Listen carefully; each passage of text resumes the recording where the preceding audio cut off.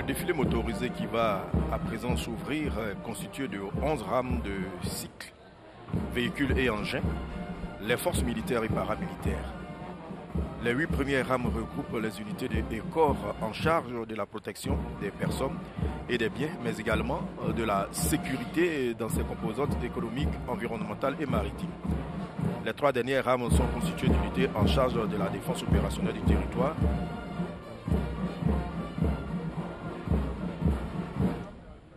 Les motos, le XYZ conduit le détachement motocycliste. Ce détachement est constitué essentiellement de motos d'escorte et de motos d'intervention des forces militaires et paramilitaires. Mission essentielle, facilitation des déplacements d'autorités, mais également traque et interception d'automobilistes indélicats.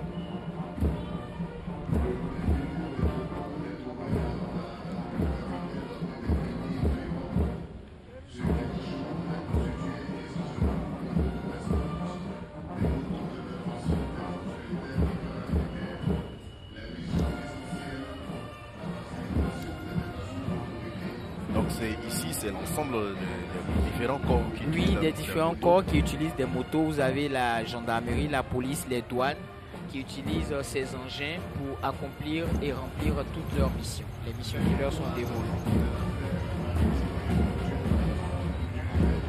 Juste après les motos, il y a les eaux et forêts qui, dans le cadre de la mise en œuvre de leur nouvelle politique forestière nationale, ont senti qu'il est impérieux de procéder à un réajustement organisationnel du ministère des Eaux et Forêts. À ce titre, une nouvelle architecture de l'administration, plus fonctionnelle, cohérente et efficace, propice à une meilleure gestion durable des ressources naturelles et à leur sécurisation, a été mise en œuvre tout en veillant à l'économie des moyens et des ressources humaines. Il y a également les douanes ivoiriennes et les affaires maritimes.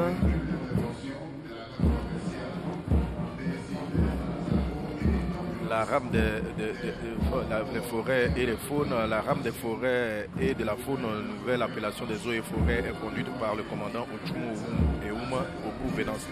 La rame est constituée de véhicules d'intervention de la gamme commerciale de citernes, à eau et d'ambulances. Les plants d'arbres que vous avez vus tout à l'heure sont sur le plateau événementiel, sont ceux d'essences forestières nobles à haute valeur ajoutée qui ont permis d'assurer l'essor économique et social de la Côte d'Ivoire pendant les 2 premières décennies suivant l'indépendance. Il y a également les douanes ivoiriennes. Les douanes ivoiriennes, c'est des véhicules de type 4x4. Les douanes ivoiriennes sont parfaitement adaptées à la traque des contrebandiers en tout lieu et par tout temps. Ci-devant, quelques moyens roulants des douanes de Côte d'Ivoire dont la rame est conduite par le capitaine Tapoche.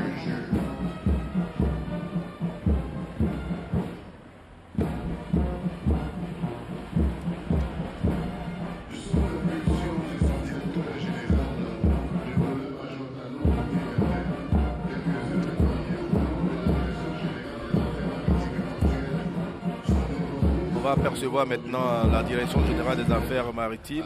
Quelques-uns des moyens roulants de la Direction générale des affaires maritimes et portuaires sont déployés sous les ordres du commandant Abbé Sylvestre à l'occasion de ce défilé motorisé. Il comporte des véhicules d'intervention, des engins tracteurs et des engins porteurs ainsi que des embarcations. Cette direction a entre autres missions la sécurisation des plateformes portuaires et la coordination du sauvetage en mer.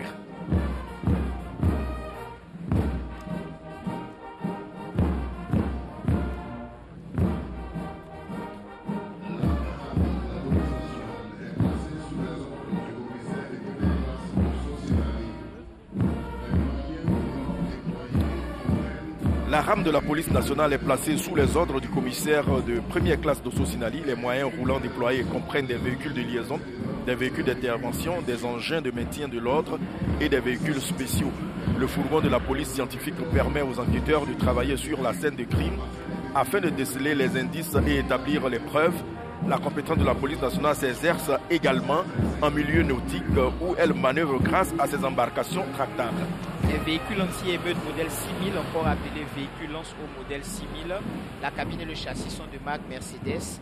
Et c'est donc ce châssis, la superstructure est montée et fabriquée de tôle d'acier galvanisé. Cette superstructure est constituée de plusieurs compartiments, d'un réservoir à gaz lacrymogène, d'un réservoir de mousse d'une capacité de 100 litres et d'un réservoir de colorant d'une capacité de 100 litres. On a aperçu tout à l'heure des engins de la frappe, c'est l'unité d'intervention d'élite de la police ivoirienne. Elle fait partie de la grande famille de la direction des unités d'intervention.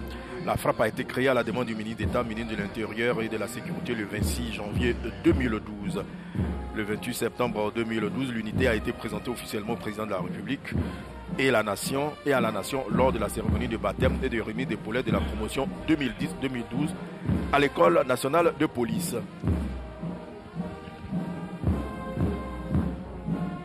Nous apercevons maintenant le groupement des sapeurs-pompiers, les engins de groupement des sapeurs-pompiers militaires. Oui, le chef de bataillon ici à Marc Aurel commande la rame du groupement des sapeurs-pompiers militaires constituée d'engins qui leur permettent d'effectuer des liaisons et évacuations, d'intervenir en milieu confiné et en fumée, de désincarcérer et d'intervenir sous les eaux comme en altitude. L'échelle pivotante automatique est capable de hisser des sauveteurs au 8e étage d'un immeuble d'habitation, soit 32 mètres. Et là, on aperçoit les parachutistes qui vont tout à l'heure embarquer. Oui, ils vont embarquer et aller se positionner. Le décollage sera dans quelques instants. Il faut noter qu'ils ont une liaison terre-air avec la coordination de l'état-major de l'armée de l'air afin de recevoir les instructions et pour que nous puissions suivre également s'ils sont prêts avant d'être largués. Et ce largage va se faire sous peu.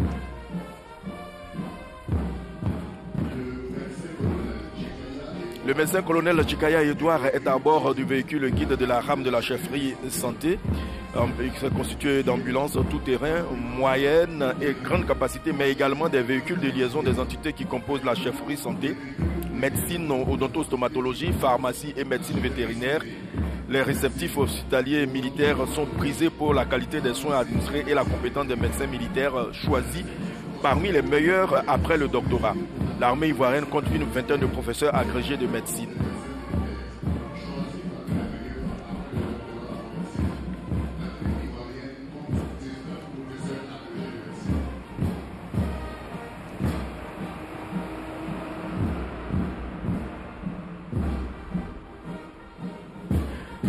Le capitaine Kwaku Cyprien est le chef de la rame de la gendarmerie qui déploie pour l'occasion des moyens de liaison, d'intervention, de maintien de l'ordre, de déminage, d'intervention nautique et de soutien. Le blindé léger Caïman est un engin de 8 tonnes capable de manœuvrer sur autoroute, sur route et même quand il n'y a plus de route.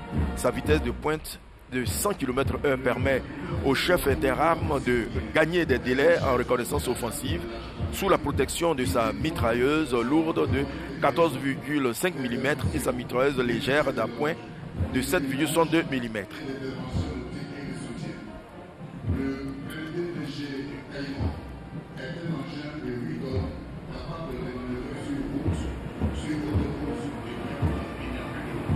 La gendarmerie. Aux ordres du chef d'escadron Bandaman Krieli, la rame de l'armée des terres est constituée de moyens de liaison, de transport, de reconnaissance, d'appui et de soutien. Les véhicules légers et tactiques tout-terrain sont équipés de mitrailleuses lourdes de 12,7 mm destinées à la défense contre les airs, mais parfaitement capables d'engager le combat terrestre frontal. Le VLRA 420 PCR est une station radio embarquée qui permet d'assurer la continuité du commandement en tout point du théâtre d'opération.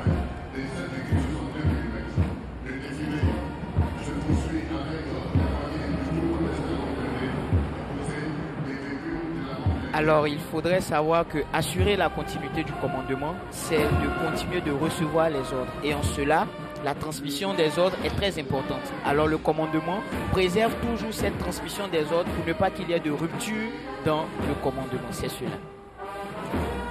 La RAM OSP, dans le cadre de la préparation des troupes aux opérations de soutien à la paix et afin d'anticiper sur une éventuelle projection sur le théâtre extérieur, les forces armées de Côte d'Ivoire ont acquis des véhicules blindés légers de transport de troupes de type Bastion.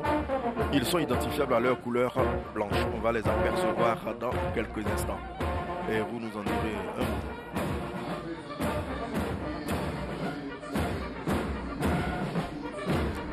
Et là, c'est la Marine nationale avec des vedettes, avec des embarcations rigides mais également flexibles qui prend part à la défense opérationnelle du territoire, mais pour ce qui est de la surveillance de la zone économique exclusive. La marine est également engagée dans certaines opérations, surtout du côté ouest où nous avons des groupements tactiques interarmés.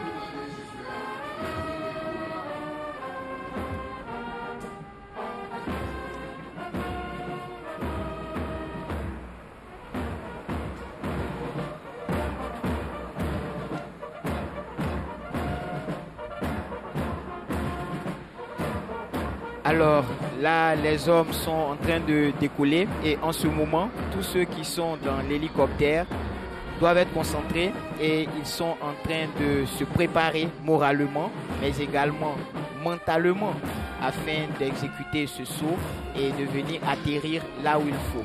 Ce sont des militaires rompus à la tâche avec pour certains plus d'une centaine de sauts à leur compte et gageons qu'ils feront le meilleur des sauts et qu'ils fourniront un spectacle à la hauteur des espérances de tout ce public.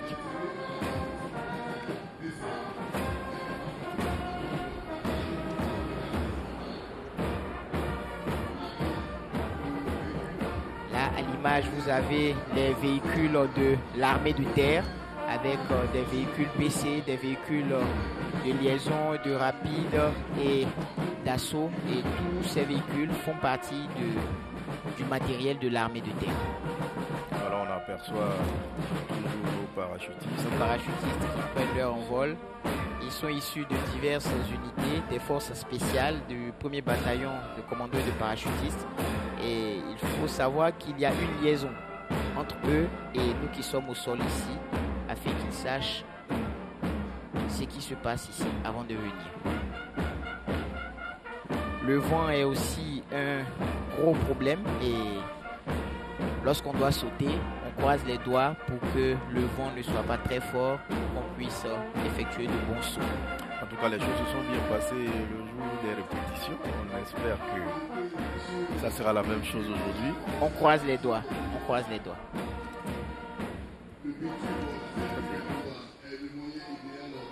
Là, vous voyez des véhicules sur lesquels sont montés des bitubes qui servent essentiellement au combat anti-aérien afin de dissuader l'ennemi à portée de tir.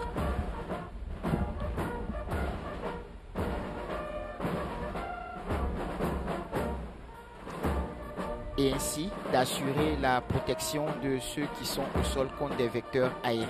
Ce sont des armes anti-aériennes utilisées pour la plupart au sein du bataillon d'artillerie sol-air.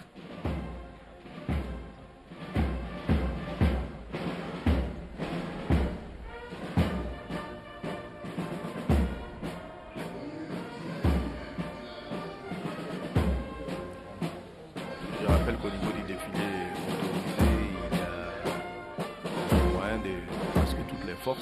presque toutes les forces sont représentées. Les forces spéciales aussi. Toutes les forces. Au niveau des forces spéciales, c'est aux ordres du chef de bataillon Kilo Sierra. La rame des forces spéciales ivoiriennes est en 3 composantes. Une patrouille spéciale dite patrouille SAS, constituée de véhicules type Land Cruiser, équipé de mitrailleuses lourdes et légères. Sa mission, agir vite dans la profondeur du dispositif ennemi afin de le déséquilibrer. Alors les parachutistes nous montrent l'altimètre pour nous dire à quelle altitude ils sont. Ils sont actuellement à plus de 1200 mètres du sol et ils vont être largués sous peu. Et c'est un moment critique et on est face à soi et on est certain de réaliser le meilleur des sauts parce qu'on a confiance en son matériel. C'est cela, la confiance vient du matériel que nous utilisons pour le saut et ce matériel est entretenu et lorsqu'on a confiance en lui, la confiance vient et on peut effectuer de bons sauts.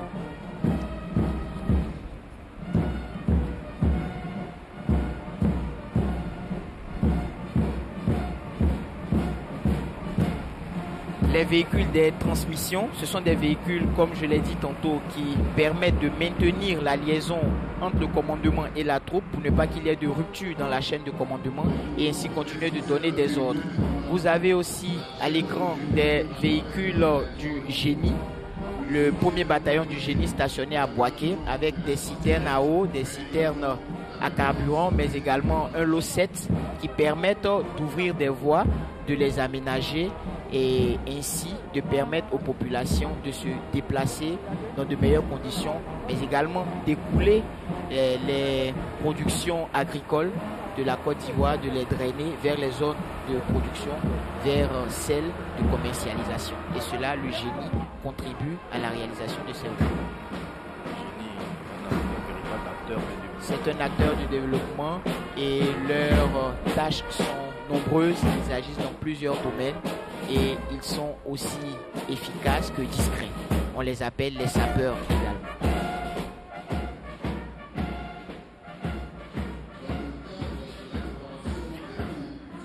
Dans le cadre de la préparation des troupes aux opérations de soutien à la paix et afin d'anticiper sur une éventuelle projection sur théâtre extérieur, les forces armées de Côte d'Ivoire ont acquis des véhicules blindés légers de transport de troupes de type Bastion.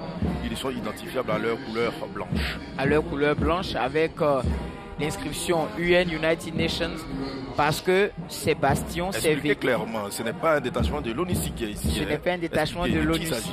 Il s'agit de militaires ivoiriens en train d'être conditionnés pour être déployés dans des missions onusiennes. Et le théâtre sur lequel ces militaires ivoiriens se trouvent déjà, c'est le théâtre malien.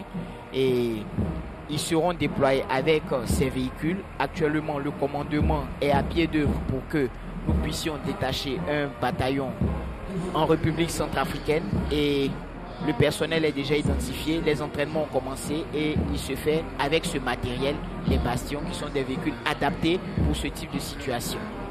Nous rappelons qu'il y a des militaires ivoiriens au Mali déjà. Oui, nous avons des militaires maliens au Mali au sein de l'état-major.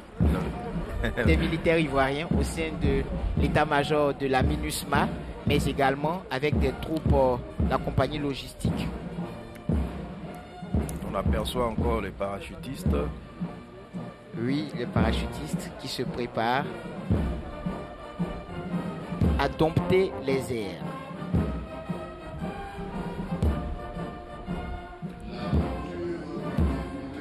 Il faut être vraiment en bonne santé pour cet exercice. Il faut être en bonne santé. C'est pourquoi ils ont un entraînement intense, un entraînement très physique et ils entretiennent leur corps qui est leur instrument de travail conformément aux consignes contenues dans le livre de règlement et de discipline générale. Tout militaire a le devoir d'entraîner son corps et d'être physiquement prêt au combat. Alors nous apercevons les forces spéciales aux ordres du chef de bataillon Kilo Sierra. La rame des forces spéciales ivoiriennes est en 3 composantes. Une patrouille spéciale dite patrouille SAS, constituée de véhicules type Land Cruiser, équipés de mitrailleuses lourdes et légères. Sa mission, agir vite dans la profondeur du dispositif ennemi afin de le déséquilibrer. Ensuite, la composante nautique avec des embarcations de type UFR. Cette unité est spécialisée dans la projection par voie fluviale, la lutte contre la piraterie maritime et la libération d'otages sur navire. Enfin, l'escadron blindé est constitué de véhicules blindés légers Caïman et des PTR-70 équipés de mitrailleuses lourdes et légères, tous atouts qui permettent à cette force d'exécuter un large spectre de missions et de modifier considérablement le rapport de force en cas d'engagement interarmé. Il est toujours bon de savoir que ce matériel ici présenté n'est qu'un échantillon.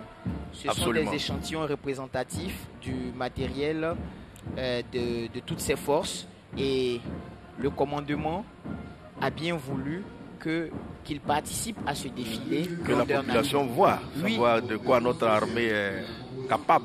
Oui, c'est pour vous rassurer, pour vous dire que l'armée est là, les forces de l'ordre sont là pour assurer la tranquillité des populations et pour vous préserver de tout péril.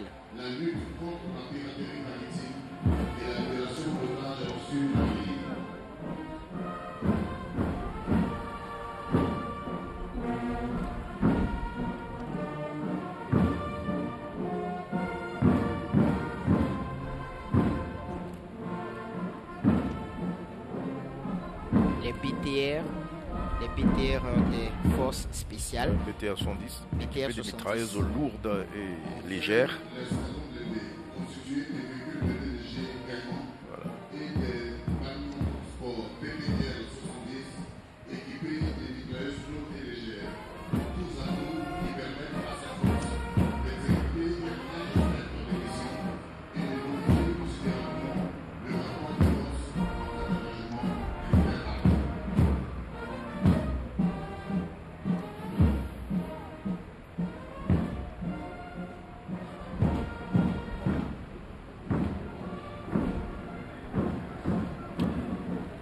Ça fait 38 ans qu'on n'a pas vu ça.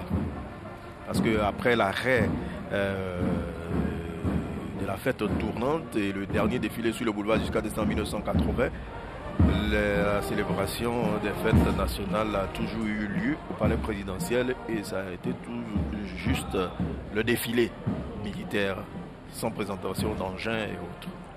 Oui, et tout à l'heure, on l'a dit, cela dénote d'une volonté du politique, le décideur, et lorsque le politique veut que nous le fassions, nous sommes capables de le faire et nous sommes capables de bien le faire.